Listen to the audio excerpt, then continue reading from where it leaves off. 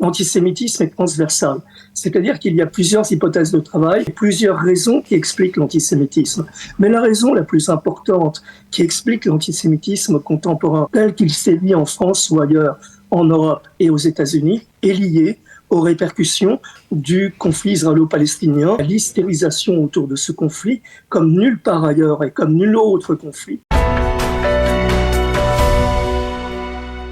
Nous avons le plaisir d'être en ligne avec Marc Nobel. Marc, bonjour, Boker Tov. Oui, bonjour. Merci d'être avec nous ce matin. Vous êtes historien, vous avez été pendant de longues années, on va dire, le préposé, le chargé des dossiers liés à l'antisémitisme au sein du CRIF. Et justement, nous vous avons sollicité au lendemain de cette journée internationale de la Shoah pour parler d'un rapport du CRIF qui est particulièrement alarmiste et qui mentionne une donnée effrayante. 1000% d'augmentation des actes antisémites en France depuis le 7 octobre par rapport à l'an dernier, à la même période depuis 2023. C'est tout à fait effrayant. Je voudrais que vous nous expliquiez comment ces données ont été recueillies et quel est le reflet, qu'est-ce qu'elles reflètent d'une certaine manière, ces données. Alors, je vais essayer de vous expliquer ça, mais d'abord, il ne s'agit pas d'un rapport du CRIF. En vérité, vous voyez, il s'agit d'un rapport du service de protection de la communauté juive, oui, effectivement, que le CRIF a repris in extenso. Effectivement. Et comme le SPCJ ne communique pas pour différentes raisons, le CRIF a communiqué en lieu et place du service de protection de la communauté juive. Oui, oui. Je crois qu'il faut avoir l'honnêteté de dire que ce n'est pas un rapport du CRIF, c'est un rapport du SPCJ. Bien. C'est important Ça, de le souligner, effectivement. Deuxième point, c'est un rapport qui est souvent publié à quelques jours du dîner annuel du CRIF, donc aux alentours du mois de janvier, et généralement le jour de la commémoration des victimes de la Shoah. C'est pas une obligation, mais c'est souvent le cas.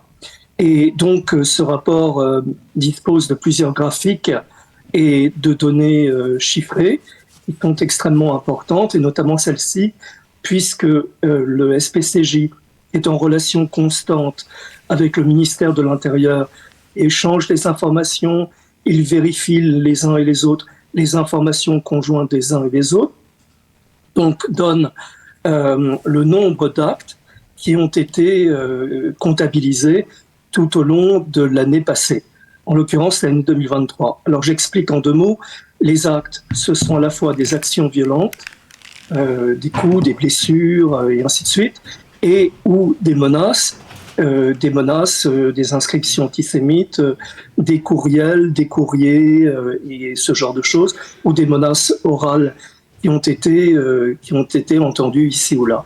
Donc on fait la somme des deux et on obtient un chiffre. Le chiffre qui est donné cette année est très important, c'est 1676 actes antisémites qui ont été comptabilisés tout au long de l'année 2023. C'est un chiffre énorme si on le compare aux années précédentes. Pour vous donner un ordre d'idée, depuis l'année 2000, le chiffre le plus haut des actes antisémites, c'était 974 actes en 2004. Aujourd'hui, nous en sommes à 1676, soit le double quasiment de l'année 2004, qui était au plus haut des chiffres de l'antisémitisme. Et pour en revenir aux 1000% dont vous venez de parler, il s'agit de 1000% d'augmentation entre les mois d'octobre, novembre, décembre 2023, comparé au mois d'octobre, novembre, décembre 2022. Oui, alors effectivement. Maintenant, je voudrais savoir quelle est la nature de ces actes antisémites. Est-ce que cela inclut toutes les agressions physiques, bien entendu, je suppose que oui, mais est-ce que ça inclut, par exemple, toutes les manifestations, les expressions d'antisémitisme sur les réseaux sociaux ? Alors, ce qu'il faut bien comprendre, c'est ce que le SPCJ dit. Moi, entre parenthèses, j'aurais préféré que le ministère de l'Intérieur le dise en lieu et place du SPCJ. Parce que comme les plaintes sont déposées dans les commissariats en tant que tel, et non pas au sein du SPCJ, il eût été plus judicieux que le ministère communique. Mais le SPCJ nous donne des chiffres. Pardon Marc, je vous interromps. Je vous interromps. 57,8% des actes antisémites portent atteinte aux personnes Et là, il s'agit de violences physiques, de propos, de gestes menaçants, de distribution de tracts et de courriers. 32% des actes sont commis dans la sphère privée, ce qui est énorme, et 20,4% des actes sont commis sur la voie publique. Le SPCJ communique d'autres chiffres et nous indique que dans 90 départements, l'antisémitisme s'est retrouvé, on l'a retrouvé dans 80 départements et plus de 600 grandes villes en tant que telles. Ce sont donc des indicateurs extrêmement alarmants. Juste une question, pourquoi finalement le ministère de l'Intérieur ne publie pas ce type de données? C'est passé par le SPCJ. Est-ce qu'il y a une volonté de ne pas susciter, on va dire, une inquiétude particulière à partir du moment où les données seraient devenues officielles? Alors, moi je vais essayer de vous répondre. D'abord, une habitude a été prise, comme je vous le disais précédemment, celle de laisser au SPCJ le soin de communiquer ces chiffres. Le ministre de l'Intérieur, à partir du 7 octobre, le ministre actuel, M. Gérald Darmanin, communiquait des chiffres qui étaient donc évolutifs à partir du 7 octobre, quasiment tous les 4-5 jours. Et puis la communication, globalement, s'est arrêtée à partir du 14 novembre. Pourquoi cette date? Parce que c'est la grande marche contre l'antisémitisme et la communication se fait moindre. Il y a une communication qui intervient où le ministre donne des chiffres, disons, au début du mois de décembre, et puis après, stop, basta, c'est fini. Ça, c'est le premier point. Le deuxième point, vous savez ce qu'il en est. Vous savez qu'en journalisme, les journalistes souvent agissent avec des fréquences. Et dans ces fréquences, il y a des séquences. Mais quand on juge pour différentes raisons qu'on a beaucoup donné, que la couverture a été ou aurait été suffisante en termes de fréquence sur un sujet, on passe à un autre sujet. Et donc, on a beaucoup moins parlé d'antisémitisme. La troisième raison que je puis, et ça je le regrette bien évidemment, parce que moi, je travaille sur ces sujets, je suis en attente constante de chiffres. Mais les chiffres que l'on a, ceux du SPCJ, sont des chiffres qui nous donnent un panorama de l'antisémitisme. C'est très bien, et le SPCJ fait très bien son travail. Je tiens à le dire ici. Mais ce qu'il manque, et ça, ce n'est pas de la faute du SPCJ, c'est la manière dont les actes antisémites ont été traités, la manière dont on traite l'antisémitisme en France. Alors, quelques questions, si vous me permettez. Quid des condamnations? Combien de personnes ont été déférées devant des tribunaux pour être jugées? On ne le sait pas. Combien d'entre elles auraient été condamnées et à quelle peine? On ne le sait pas.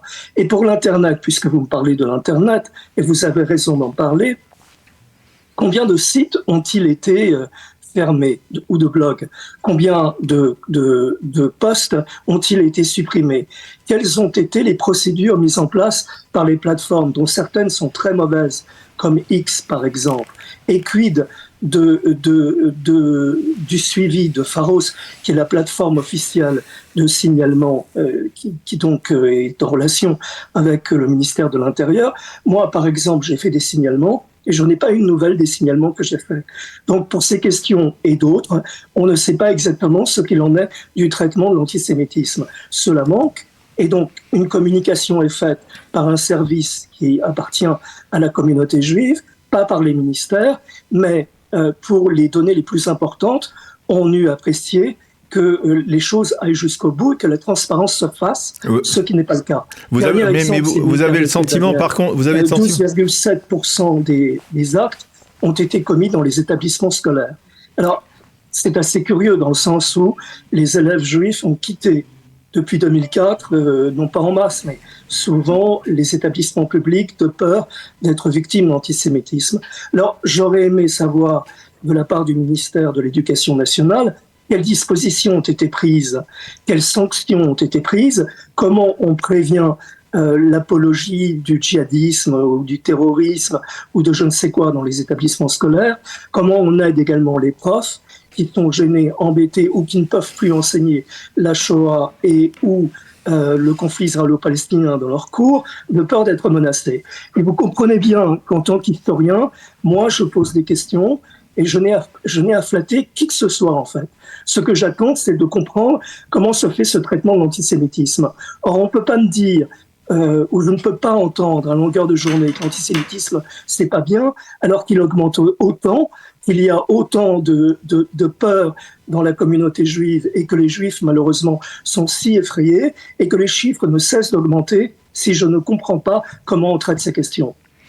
Alors, dans un article que vous avez publié dans le Journal du Dimanche, vous mentionnez le fait que cet antisémitisme, ces actes antisémites touchent, on va dire, l'ensemble du territoire français. Hein. On l'a dit, 90 départements, dans la plupart des grandes villes et des villes, des localités en France, il y a eu des actes antisémites. C'est quelque chose de nouveau. Est-ce que avant, on peut dire que jusqu'à une certaine période, ou en tout cas jusqu'au déclenchement de la guerre à Gaza, l'antisémitisme touchait essentiellement Paris, la région parisienne? L'antisémitisme, ordinairement, touche les endroits où vivent les Juifs. Oui. C'est-à-dire globalement les grandes villes ou leurs périphéries. Voilà, c'est là que les actes se développent, mais pas exclusivement.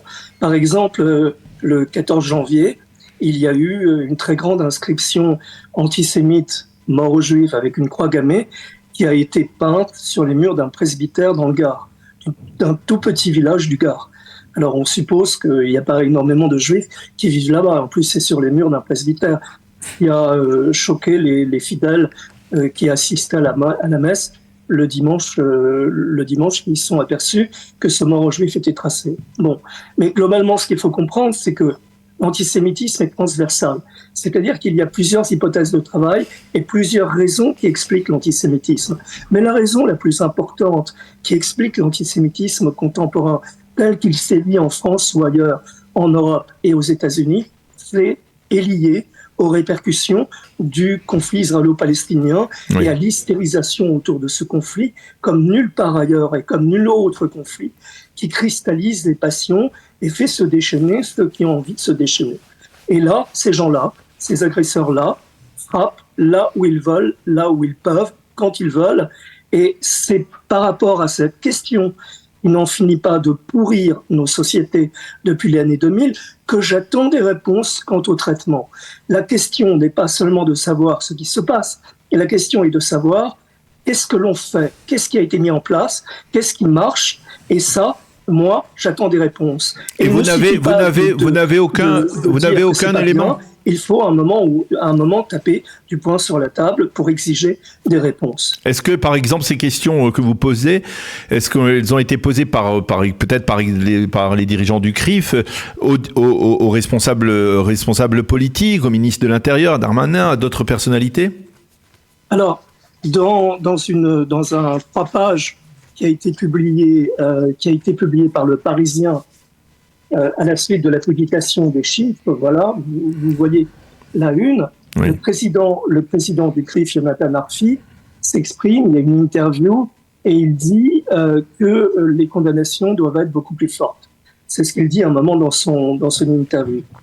Mais moi, je pense qu'à un moment donné, il faut ne plus utiliser ce langage policé, et il faut taper du poing sur la table. Vous savez, les beaux mots de tel ou de tel qui disent que l'antisémitisme, c'est pas bien, c'est très bien d'avoir des beaux mots, mais les résultats, c'est encore mieux. Et je crois qu'il faut trouver le moyen de le leur faire comprendre. Et arrêter avec ce ton policé, qui très, très policé, parce que des relations existent et qu'elles sont fortes entre un gouvernement et des institutions. Je crois qu'il faut exiger des réponses. Parmi les moyens de lutter contre cela, vous pensez que par exemple il faut alerter les réseaux sociaux, les Facebook, les Instagram, les TikTok, tous ceux qui ont d'une certaine manière encouragent ou répercutent ces actes antisémites, ces propos antisémites? Ouais, on marche sur des œufs. Enfin, vous savez comment ça se passe. Oui. Sur Internet, dans les réseaux sociaux, les gens sont totalement anonymisés. En fait, sur X, par exemple, les gens utilisent des pseudonymes, ils sont anonymisés. Et quand des messages violents sont publiés, il y a une surenchère de messages violents, et pour cause, puisque les auteurs de ces messages sont anonymisés et utilisent des pseudonymes. Mais aussi, il faut dire qu'il n'y a que très peu de modération, voire pas du tout de modération. Alors si la réponse consiste, comme l'ont fait certains dernièrement, à inviter Elon Musk à Auschwitz pour voir le camp Et à l'entendre dire l'antisémitisme, c'est pas bien, alors que sur X, l'antisémitisme se développe en veux-tu, en voilà. Moi, je dis, c'est vraiment une fumisterie, en fait. On n'a pas besoin d'entendre de la part d'Elon Musk que l'antisémitisme, c'est pas bien, même s'il visite le camp d'Auschwitz. On a besoin qu'il agisse fermement dans les réseaux sociaux et déjà le sien pour faire le ménage et empêcher que l'antisémitisme se développe. Or, si l'antisémitisme se développe sur X, tout simplement parce qu'il a réduit le nombre de modérateurs, il les a virés en fait. Il en reste très peu de modérateurs sur X et globalement, il s'en foutait. Alors moi, j'attends autre chose, qu'on invite un mec à Auschwitz pour nous dire que l'antisémitisme, c'est pas bien. Moi, j'en ai assez des déclarations de bonnes intentions quand les faits ne suivent pas. Et je ne suis pas le seul d'ailleurs à en avoir assez. Eh bien, on le comprend bien. On entend dans votre voix cette colère qui est certainement le reflet de la colère d'une partie importante de la communauté juive face à la multiplication donc de ces actes antisémites. On ne peut que vous remercier, Marc, d'être vigilant et d'être à la garde pour faire face justement à ce flux grandissant et inquiétant donc d'actes antisémites. Merci de nous avoir alertés et d'avoir alerté l'opinion publique aussi à travers donc ce rapport qui effectivement, comme vous le disiez, est un rapport du SPCJ et qui est répercuté donc par le CRIF. Merci d'avoir été avec nous ce matin, Marc Knobel, et de nous avoir éclairé sur ce sujet important ici en Israël. Merci beaucoup. Bonne journée. Merci.